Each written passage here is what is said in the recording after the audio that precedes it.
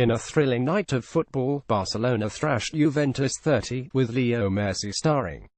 The Blaugrana were brilliant at the Camp Nou, where they did battle with a determined Juve side in the first half before blowing them away in the second with an excellent display of passing, pressing and Leo Messi. The Argentine was unbelievable, but what did we learn? 1. Andres Iniesta. The 30-minute master Andres Iniesta has looked down as an elite-level central midfielder, or interior, for the last year. It's not that help's lost all his quality, but age has caught up with him. Father Time is undefeated when taking on elite athletes, and Iniesta is no exception. Against Juve, however, he rolled back the years with a superb display. Well, part of a superb display. He opened the first half flying like Iniesta of old. Suddenly he had the pace to drift and glide away from opponents, almost weightless as he moved across the turf. He was fiendish in the press as well, helping to hunt down Juve players in a manner that belied his age. This was his fourth game in 10 days, and it was by far his best performance, for 30 minutes. After the half-hour mark he began slowing down, and the flaws that marked his performance all along his transition defense was woeful, and Juve cut Barca up on the break more than once, spread to everything else. Suddenly he looked his age again. Suddenly he was finished once more. The Blaugrana cruising into a 20 lead earlier in the second prevented it from being too much of an issue in the second half. Still, the truth had been revealed. Andres Iniesta can still rock and roll and waltz all over the pitch against any level of opponent, but probably not for more than half an hour. 2. Miralem Pjanic. The midfield general. In the past few years, Juventus have sold Andrea Pirlo, Arturo Vidal and Paul Pogba. That's a dizzying amount of midfield talent to lose and continue on, yet that is exactly what Juve have done, and a big reason why has been the excellence of Miralem Pjanic. Signed from Roma last summer, Pjanic has been great for Juve thus far, and tonight in Catalonia was no exception. He was the Italians' best player as they attempted to negotiate the excellence of the hosts, moving the ball around the Camp Nou with a surprising authority for the visitors. Pjanic completed 83% of his passes, misplacing just 9. He won 100% of his take-ons, 38% of his tackles. He was going all out to trying to handle Leo Messi at false 9 and made 2 blocks as well. Juventus lost comfortably, but Pjanic was class throughout. 3. Dembele is a delight, but patience is needed. Ousmane Dembele cost Barcelona €105 million, and while he isn't worth the fee inflated by the Neymar sale, he is one of the most electrifying talents in world football. His debut, a 20-minute cameo at the weekend against Espanyol, saw him set up a goal with a lovely run and cross. Tonight in his first start he was bright, so lively and full of intent, not overawed by the occasion or opponent. He filled out the shirt, attacking with confidence and defending with diligence.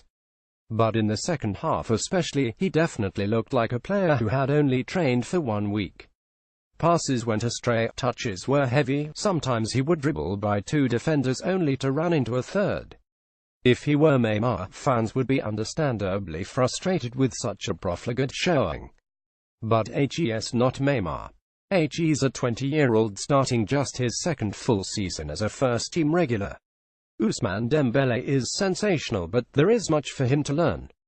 Patience will be required as he adapts his game to his new teammates and gains the fitness and sharpness needed to show his skills. 4. The false 9 returns. In January 2015, Luis Enrique moved Luis Suarez to the middle of Barcelona's attacking trio, and MSN was born.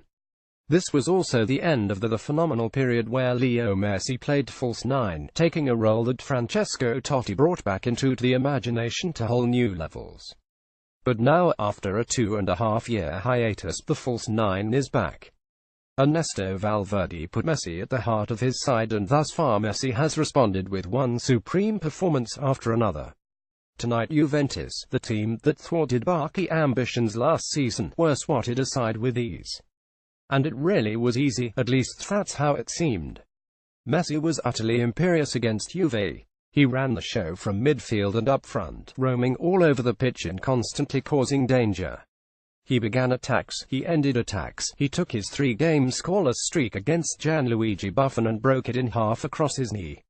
The first goal saw him control time so well you'd think he was Doctor Strange wielding the Ivaga motto. He slowed everyone down, teased a pass to Alba that the entire Juve defense fell for, and then moved into light speed in the blink of an eye, surging into the heart of the defense and plunging a dagger there with a goal that left Buffon, one of history's finest ever goalkeepers, motionless.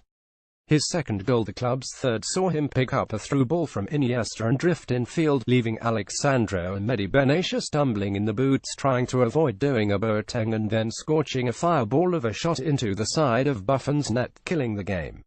Europe beware, Leo Messi is back in the false 9 saddle and he looks more lethal than ever. 5.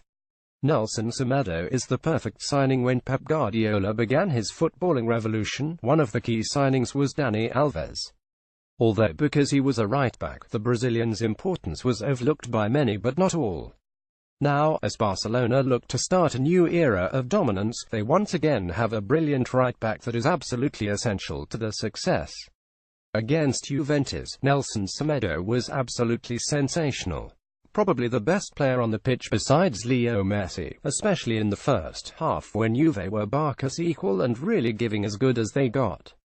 The Portuguese pushed Barca forward when he had the ball, but what was more impressive was just how tuned-in he was to the defensive side of things. Semedo's electric pace and keen defensive sensibilities make him an incredible recovery defender, allowing him to bail the Blaugrana out of several bad situations. Not just stopping counters but even rushing across to defend the far post from across, something a Barca fullback hasn't done well since Eric Abidal's heyday. He's transformative. Nelson Semedo won't get the glory, but today showed why he was the perfect signing for Barcelona.